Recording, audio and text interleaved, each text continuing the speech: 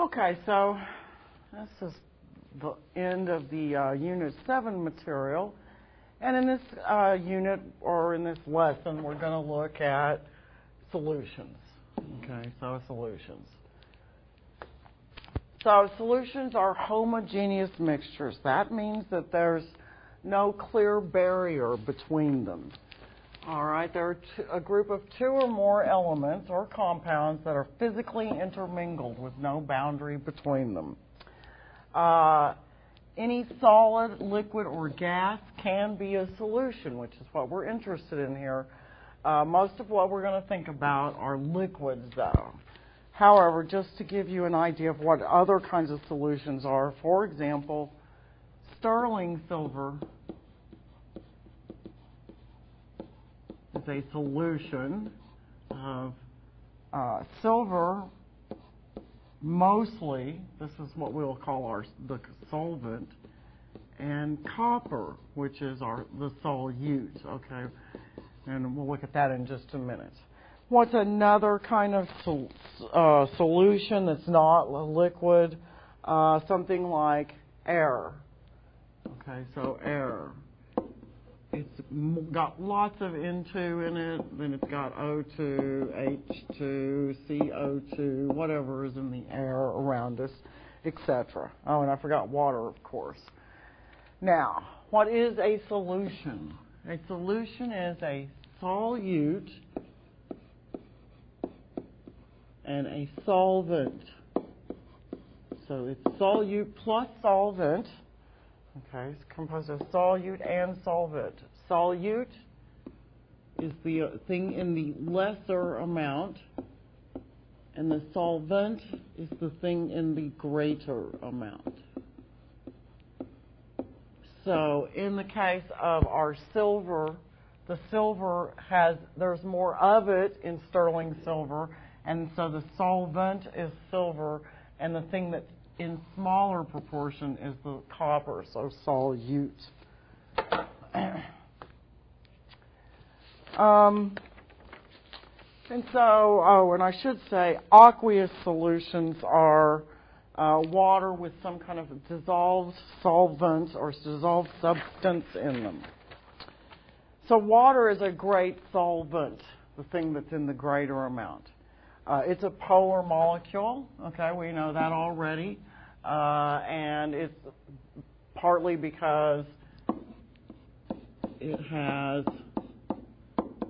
this uneven electron distribution, making it an asymmetric molecule, and it's bent in shape.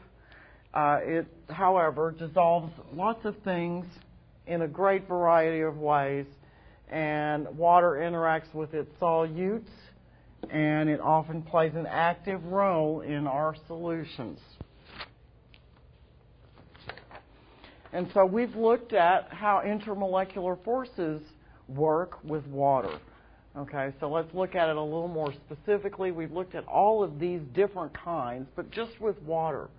So in the ion dipole solution, if we take sodium chloride and put it into a solution of water, it's going to break into, dissociate is the proper term, dissociate into sodium ions and chloride ions. Notice that when it's the sodium ion, this is sodium, it's positively charged, the negative ends of the water molecules are attracted towards that positively charged ion. If it was the chlorine, then the positive end of H2O would be attracted to the chlorine, the positive end, where the hydrogens are. And so this is a picture kind of to give you the idea of how sodium is hydrated in the ion dipole interaction. So here's that sodium ion. It's got water bonded to it. It's interacting, intermolecular forces, okay, interacting here, here, here, here, here, here. Okay, so that's said to be hydrated. All around that molecule, all of those positive charges all that positive charge is offset with these polar water molecules. We've also looked at the hydrogen bond all by itself.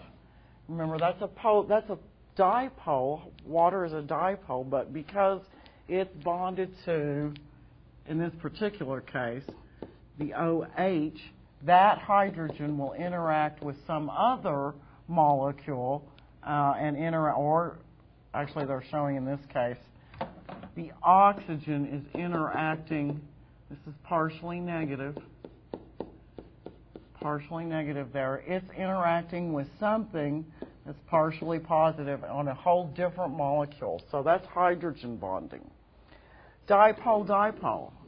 Even if water can't hydrogen bond, this is not an example, but even if it can't hydrogen bond, it's still polar. And so, for example, it could interact with a molecule called acetone, which you don't have to know right now. But this is a polar molecule. It can't undergo any hydrogen bonding because there's no hydrogen bonded to this oxygen. There's no hydrogen bonded there, but it's still polar. And that means the H2O will interact with this molecule too. We could get a dipole-induced dipole. So here's water and xenon.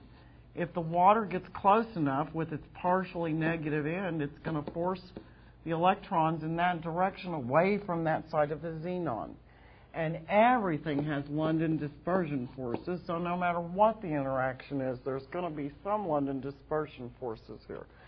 So the only thing that we probably won't be seeing is the ion-induced dipole, because water is not an ion, and an induced dipole indicates a non-polar covalent kind of bonding, which water is not. So otherwise, water with its H2O structure can do lots and lots of intermolecular forces here, which makes it a very potent solvent. Okay, now what else? Covalent compounds can dissolve into water. All right. For example, you can force CO2 into water to make a Coke.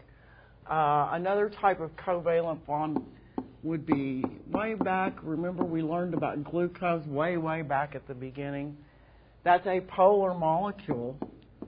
Okay, it's polar covalent, and that will dissolve. It dissolves. So sugar will dissolve into the water, but it doesn't dissociate. Now, what am I talking about? Let's compare that to the sodium chloride, where when we put that in water, you got two ions separated. That doesn't happen when we put in, like, glucose or carbon dioxide. Everything still stays bonded together, so it dissolves but doesn't dissociate.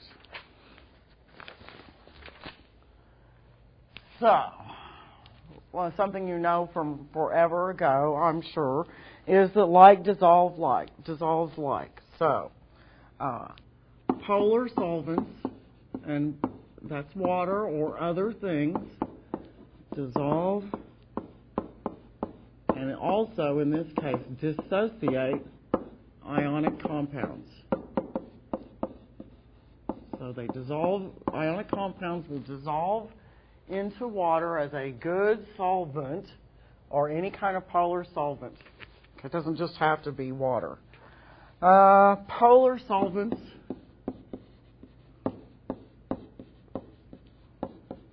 also dissolve polar compounds. Now, in this case, they dissolve, but they don't dissociate. They don't break into parts. And then, finally, there's the nonpolar solvents. And what do they dissolve? They dissolve other nonpolar substances, basically. So, for example, you know that oil, which is a nonpolar solvent, doesn't dissolve well in water. In fact, it separates from it. But let's assume that I put oil and grease together. Those two would dissolve into each other, depending on which is the most. If I've got lots of oil, which is what I prefer to have, I can get the grease eventually to dissolve into that non-polar oil. Now, I want to talk about electrolytes for just a minute and how they react. So what they do is they carry charge. All right. An electrolyte is a substance that dissociates. Electrolyte, substance that dissociates. What did we already talk about that will dissociate? Ionic compounds. What won't dissociate is polar, or let's just say covalent compounds. Covalent compounds. Those don't dissociate. So if you can check on whether something's an electrolyte or not with this simple experiment where you put in some electrodes into the solutions and you see if there's a charge. You see if the light bulb lights up, basically. So they're strong electrolytes, okay, and we're really not going to differentiate right now, but strong electrolytes will turn on the light really brightly, and weak electrolytes are going to turn on the light bulb kind of dimly, but it'll come on. When it's a non-electrolyte like glucose, okay, it doesn't dissociate, and it also doesn't, and so you won't have no color, no lighting. That's what I want, no light. Okay, so that's how you can do a quick test to see if something is electrolytic or just polar. Now the rest of this unit, we're going to spend, or the rest of this lesson, we're going to spend writing and balancing ionic equations. All right, so this means you need to go back to Unit 2 and remember how to do some of this. We're going to first begin with the molecular equation, which just is what you've been learning all along, so there's nothing new about the molecular equation. Then we're going to look at the total ionic equation, and the total ionic equation shows everything as it exists in the solution. And then the net ionic reaction or equation talks just about what is happening in terms of an actual reaction. Okay, so you need to be able to do all three of these types of aqueous ionic reactions and to show and write these equations, all right? Now, in order to do that, all right, well, before I start there, for example, this is two ionic reactions. This is silver nitrate. Notice that it's clear. I mean, it has a little bit of a color to it because of the color of it, but it's mostly clear. And we have the sodium chromate. That's also clear. It has color, but there's nothing in the solution. It's a clear solution. When we add these two together, you get something down here that's formed some kind of precipitate, and we can see, and a precipitate is some kind of a solid in this particular case. And we can see in our balanced molecular equation that we would have to have what the products are and how many of each we have to work through. Now I'm going to come back to that. I just wanted to show you. This is a molecular equation. And what we're looking for is what happens when we add two things together. All right, what is the outcome of that? Now, in order to write these equations, you've got to go back to this Chapter 2, Unit 2, and remember how to, I guess that's Unit 1, I'm sorry. Remember how to find the charges on ions.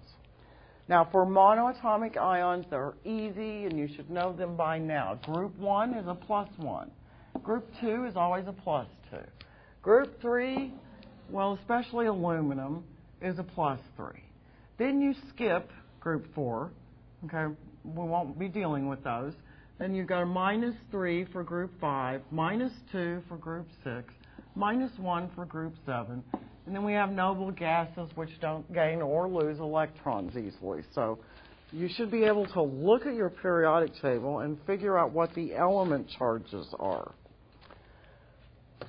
I don't really expect you to remember these. I do expect you to remember that the transition metals are always going to be cations, and you should be able to figure out how many, what the charge is on how many electrons it's lost based on the Roman numeral. And we won't worry about these common names right now. And then finally, there's all those polyatomic ions. You've got to know all of these polyatomic ions. So go back through and review those because you need to be able to recognize them when you're looking at them in formulas and in writing ionic equations.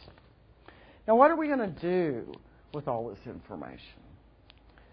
Well, we're going to take this information and we're going to talk about something called solubility. We're going to decide what kind of reactions we're going to expect. All right, so I'm going to go through all of this in a minute, in just a second. But there are certain rules. What we want to know is if it's soluble, that means it won't form ions. It won't form, not ions, it won't form a compound. If it's insoluble, it will form some kind of a compound that we're going to talk about. So you'll see some of these rules say they're soluble. Okay, this is soluble, mostly soluble. Soluble again.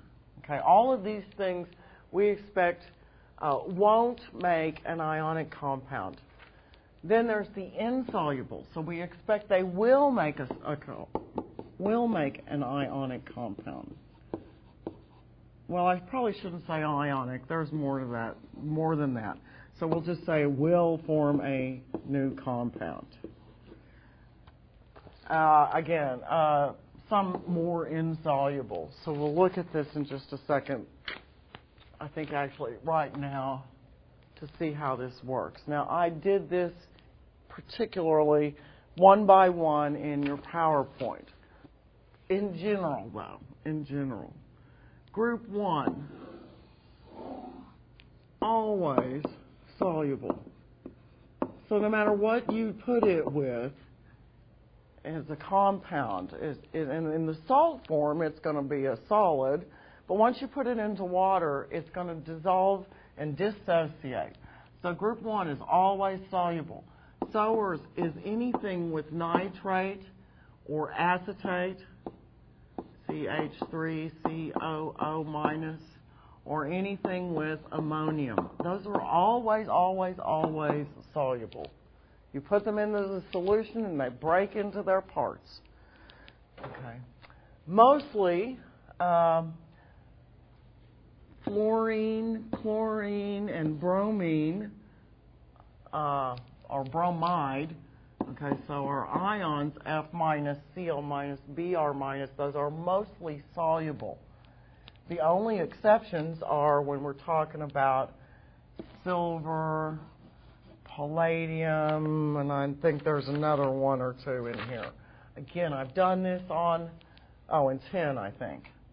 I did this on the PowerPoint. These are also soluble, unless there's AgCl, then that's going to form a solid, and it's insoluble. Okay, so in other words, it forms some kind of a compound. And then we have another of other rules about hydroxide. They're usually insoluble unless they're either with group 1 or calcium, strontium, and barium, etc. So you've got to practice with these to get these kind of rules and use that periodic table work I showed you so you can sort of see it in the periodic table when you're trying to make a decision. All right, so what will this compound be, okay, that's formed if there's a reaction? Okay, so we can get some kind of reaction between the ions. What will it form? What we're going to concentrate on are precipitates, the solids. Okay, but it can also form gases like oxygen or water or hydrogen gas, and it can also form liquid. Now, water is usually the most common thing you'll see formed out of a ionic interaction, but there's others. And then if everything is always soluble, if everything is all soluble, there's no reaction. So nothing interacts to redo something, so that would be a no reaction possibility. Also, when you're writing these equations, you've always got to include the state of matter. The state of matter. So gas, liquid, or solid must always be in your ionic equations. If the ion is in water, you would indicate AQ to indicate that they're hydrated ions. Now, if you actually have a gas, a liquid, or a solid compound, you never separate them. Okay, there's no ions out of this. You recognize that H2 is a gas and not an ion. You wouldn't say H2 aqueous. All right, so don't indicate things are aqueous when they are really a solid, liquid, or a gas. And if you have a compound that comes out of a reaction, you don't split it into its ions. Okay, we'll see. All right, so a precipitation reaction particularly, that's where we're going to form a solid. This is usually. All right, this occurs between two soluble ionic compounds, and it's going to make something insoluble, some kind of solid that we're going to call a precipitate. It also could be a gas or a liquid. That could be our insoluble product. Gas, liquid, or solid could be the insoluble. We're going to focus on solubility with solids. And you might get more than one. So this is telling you how to work it out. You need to know the ions that are present in the reactants. You need to figure out how to form the cation and anions that could form. You need to determine if it's soluble or whether it's insoluble, and then you would write your reaction. So the best way to do all this is to actually practice something. So let's look again at this reaction where we have silver nitrate, AgNO3, and the potassium chromate, and we end up with silver chromate. Now let's see how we do this. Okay, I need to put in a piece of paper. And let's look at what we had. We put together AgNO3, and that was aqueous. Remember, we had a clear solution, and with that we added another clear solution. It had color, but it still was clear. It didn't have anything in it. Sodium chromate. Both of these are aqueous. Now, what am I going to do to figure out if and when there's a reaction and what it would make? First thing you want to do is break your compounds into ions. So Ag is one ion and nitrate is NO3 minus, a different ion. And then I'm going to take apart this one. So I know there's a sodium ion because there's two of those, but we don't care right now about that. And then there's this chromate ion. Oops, that's a CrO4 2 minus.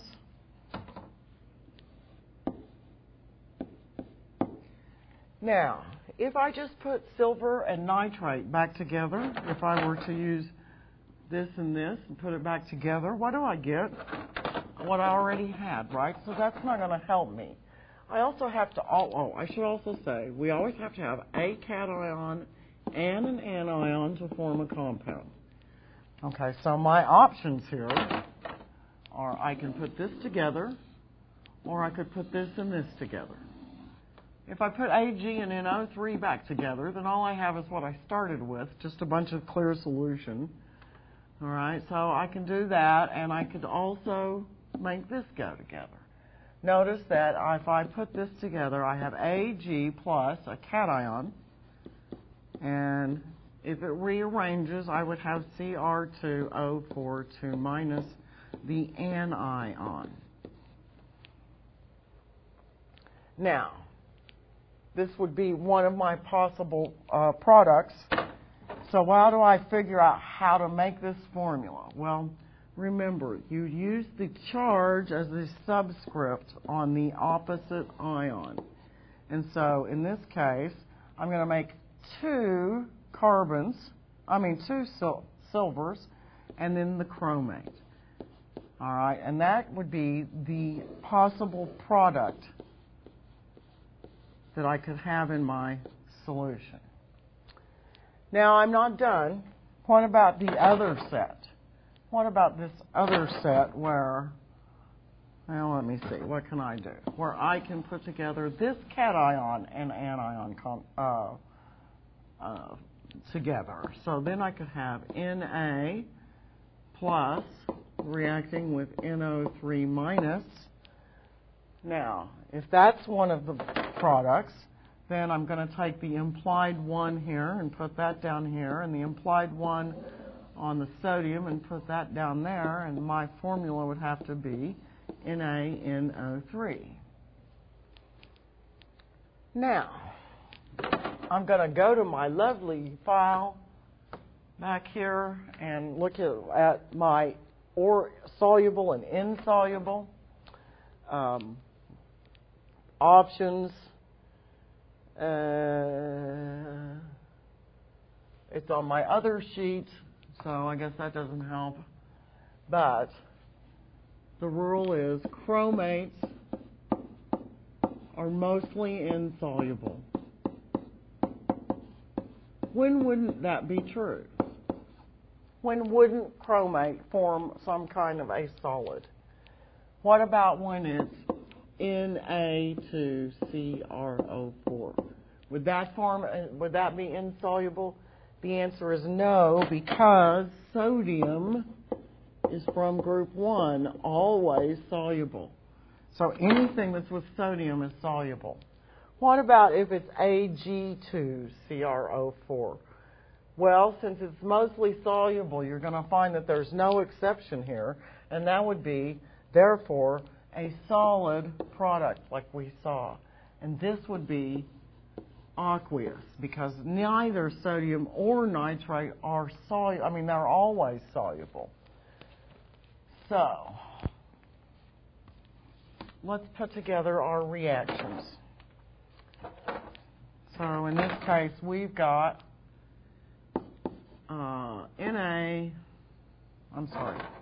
we're starting with AgNO3, and we know those are soluble, so we'll write aqueous, because anything with nitrate is soluble.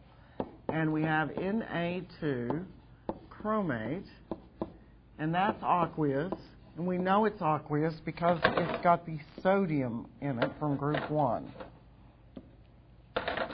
That forms then, and we've made our decision, Ag2CrO4. And right now you're taking it on faith, but that's a solid. And then I also am going to form NaNO3. But that's not soluble. I mean, that's not a solid. That's aqueous, because both sodium and nitrate are soluble. Now, I'm not done yet, because it's not balanced. On this side of the equation, I have two silvers, but I only have one silver on this side, so I need to make that balanced by putting 2 there. I have 2 sodiums here now and 2 nitrates over here, so this needs to be a 2 in front of that sodium nitrate.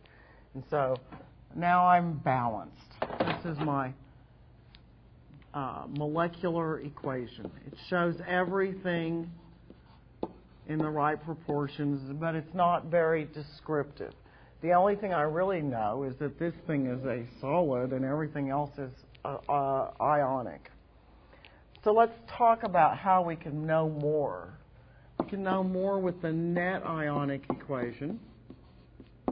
And in the net ionic equation, we show everything in its ionic or in its compound form. So ions, compounds, as they are in the solution. As they are in solution. So in my solution of silver nitrate, okay, now I'm going to go ahead and use my coefficients and my subscripts right now to write this. Because this silver nitrate is aqueous, I know I have 2 silver ions. And so I'll put 2 silver ions plus aqueous. And I also know that I have 2 nitrate ions, aqueous. And I have 2 sodium ions, aqueous.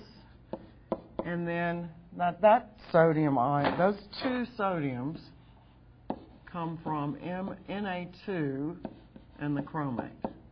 Now, Na2, I know it has to be sodium plus because it's in group 1. So that must mean I have 2 sodiums. I sometimes get Na plus 2. That does not exist. No, no, no, no. But I know it's a sodium ion with a plus 1 charge because I know that sodium's in group 1. And I have this chromate ion, aqueous, hanging out as the reactant. Now, as the products are formed, I already know that I formed Ag2CrO4 solid. I keep that. I keep that from up here, just like it is.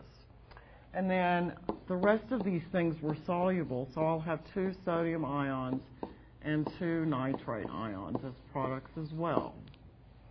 That is my net ionic equation. Now I've shown everything in the actual physical state that it's in, not bonded together, looking like they're bonded together when they're not.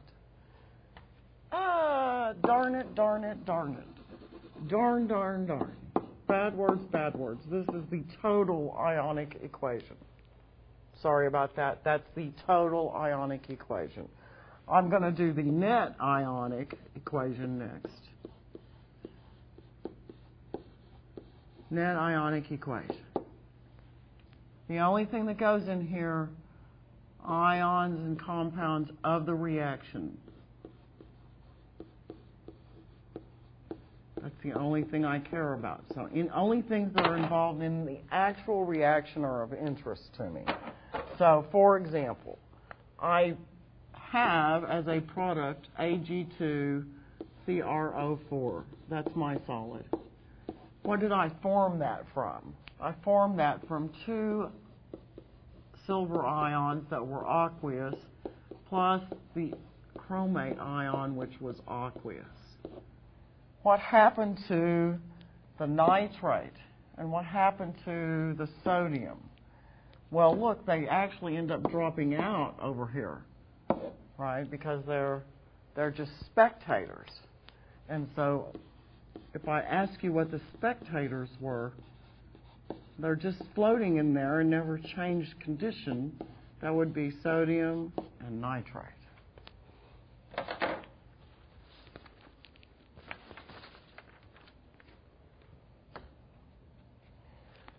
All right, so here's some more examples. We've got magnesium hydroxide and H3PO4. I really wish I would have used, in fact, I'm going to change this right now. Let's use calcium hydroxide. Why do I want to use calcium hydroxide? Because that actually is one of the exceptions to hydroxides. Remember, hydroxides are usually insoluble unless they're with group 1, calcium, strontium, or barium. Okay, magnesium wasn't really on this list, so let's skip that.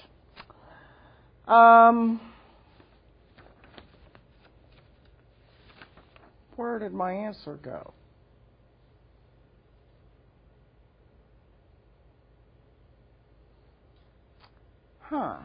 Well, I actually don't even want to do any of this. Oh my goodness, I'm so sorry. I really don't even like any of this, since I worked a whole different problem. Let's put together instead iron acetate, and now the phosphoric acid, again aqueous. Sorry, I remember now. I changed my mind. Didn't like any of that before. Now acetate is one of those ones that's always soluble. It's always soluble, like a group 1 thing. So I want to decide what I would do if I have a reaction. So I'm going to write all these ions out. Notice that I'll have an H plus. Hydrogen's in group 1, so I have an H plus, not H3 something or another. And then the polyatomic ion phosphate, PO4 3 minus. Now, if I recombine what I just put together, or just took apart, the iron and the acetate, I haven't really done anything useful. So in order to get a cation and an anion together, I will look at this combination, and I'll also look at this combination. And that way I can decide if I get any kind of precipitate, if I get a reaction out of this. So I'm going to consider putting Fe, and I didn't tell you this, but that's a 2 plus. I know it's a 2 plus because there's a -1 charge on the acetate, and I'm told there's 2 of these. Notice this is in parentheses with the 2 outside, indicating there's 2 of those. So I know the charge is +2 on iron. And then I have, oops, that's not what I wanted to put together. And then I have the phosphate ion, PO4 3 minus. Now, I'm going to try and put these together. How do I make my mind up? I'm going to take this charge and make it the subscript here. And I'm going to take this superscript and make it the subscript down there. And so I'm going to end up getting a molecule that's got 3 irons in it. And then I'm going to have to put my phosphates in parentheses so I can show that there's 2 of those. Then you look in your rules, and you'll see that almost all phosphates are insoluble. And so that means this forms a solid. Now let's look at this other one, all right, the other combination we can get, which is H plus CH3COO minus. Well, this would form, CH3COOH. And in this particular case,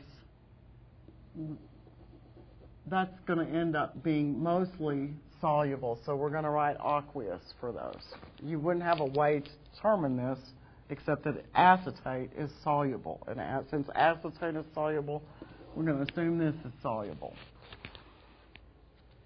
All right. Make a little room here, please. Guess not. So let me rewrite these for you. So we've decided that we have our reactants, FeCH3COO, 2 of those, plus phosphoric acid, aqueous. And we just finished, so I'm going to pull this over here, rewriting this, and we're going to see that we end up with Fe3PO4, 2 of those, a solid. And then we're going to have CH3COOH, which is aqueous. Okay, we're not done. We're not done because we're not balanced. Looky here, I got 3 irons here, which means I better have 3 irons from on the reactant side. I've got 2 phosphates here, but up here I only have one phosphate. So I need to put a 2 in front of this. So that's going to mean that my iron and my phosphates, the irons and the phosphates are balanced. But what about this CH3COO minus? Well, I have 3 of these molecules and 2 of those ions. That's going to end up being a 6 over here. And you'll find that when I have 2 phosphates and 3 hydrogen ions, I also have 6 hydrogens.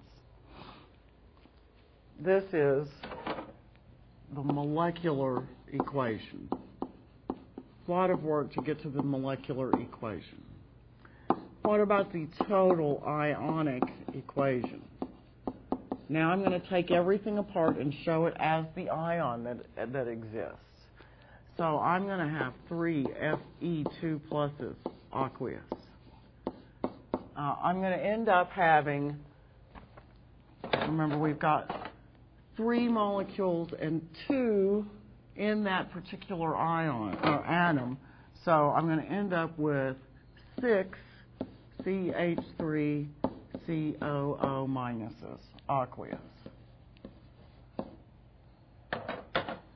Then from my phosphoric acid here, I'm going to have 6 H pluses and 2 PRO4 3 minuses.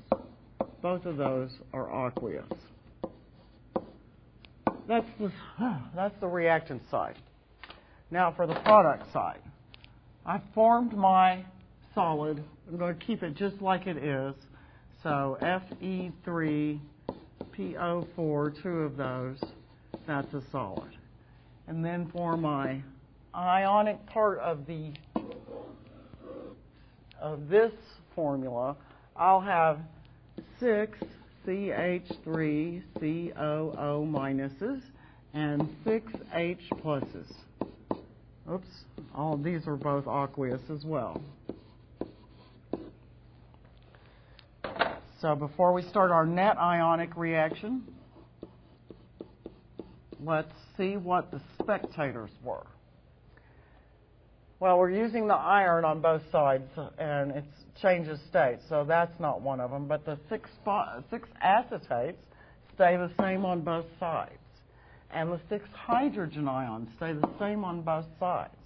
And so my net ionic equation works out to be 3 iron 2 pluses, aqueous, plus 2 phosphate ions, aqueous, and they form our solid Fe3PO4 2 solids. And the spectator ions I dropped out already, but the hydrogen and the acetate ion are the spectator ions.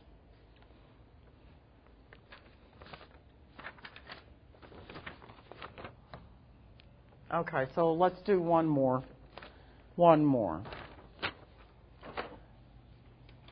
So I want to analyze the potassium chromate. That's potassium carbonate and magnesium nitrate. Well, right away, I ought to recognize these as soluble. K plus, group 1, always soluble. So therefore, I have this labeled correctly with aqueous. Nitrate, NO3 minus, rule is soluble. No matter what it's with, it's soluble. Okay, so this ought to be aqueous as well. Now I want to form my cation anion what do I call it? My cation anion combinations. Let me put them up here. K is a plus 1 because it's in group 1. It is not a K2 plus or something like that. It has to be from group 1, so it's just a K plus. And then the carbonate is CO3 2 minus. Magnesium is from group 2, so that's a 2 plus. And then we have the nitrate ion. There's 2 of them, but we just have 1 as an ion. So I'm going to think about this possibility and this possibility. Well, if K is soluble and nitrate is soluble, then this is going to be aqueous. You agree with me? What about magnesium and the carbonate? Note that Mg is a 2 plus, CO3 is a 2 minus. So I could exchange these, and I end up getting Mg2CO3 2. Only we always go to the least common denominator, so that, or the least common number, so that would be magnesium carbonate there, with no 2 business in it. So, given this information, and we'll look at it in just a minute, I know I'm going to form some potassium nitrate, but it's aqueous, doesn't form anything really, and the magnesium carbonate. And you look up in the rules, and you'll see that carbonates are almost always insoluble. So that's going to form a solid.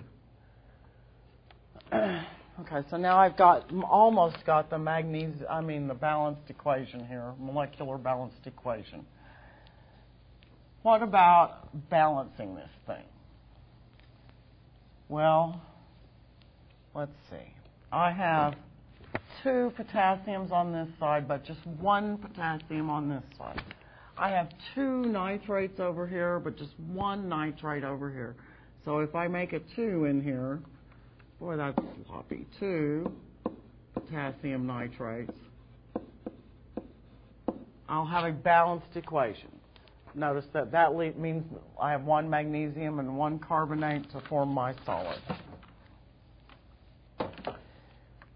So our total ionic equation would look like, using our balanced molecular equation, 2K pluses, aqueous, plus the carbonate ion, aqueous, plus the magnesium ion, aqueous, plus 2 nitrate ions. Don't forget that. When this has got a 2, like this one back here, erase that. This 2 indicates that there's 2 of these whole units, so that means I have 2 nitrate ions. Then it's going to form, and we've decided it's going to form a solid magnesium carbonate after we looked over our rules. And it's also going to have 2 potassium ions, aqueous, and 2 nitrate ions, aqueous. Our spectator ions here are going to be potassium and nitrate. They fall out on both sides, so they fall out. Therefore, my net ionic equation would be carbonate, CO3 2 minus, that's aqueous, and magnesium, aqueous. Now, even though they're kind of in my actual formula backwards, don't forget that you always write the cation first and the anion second.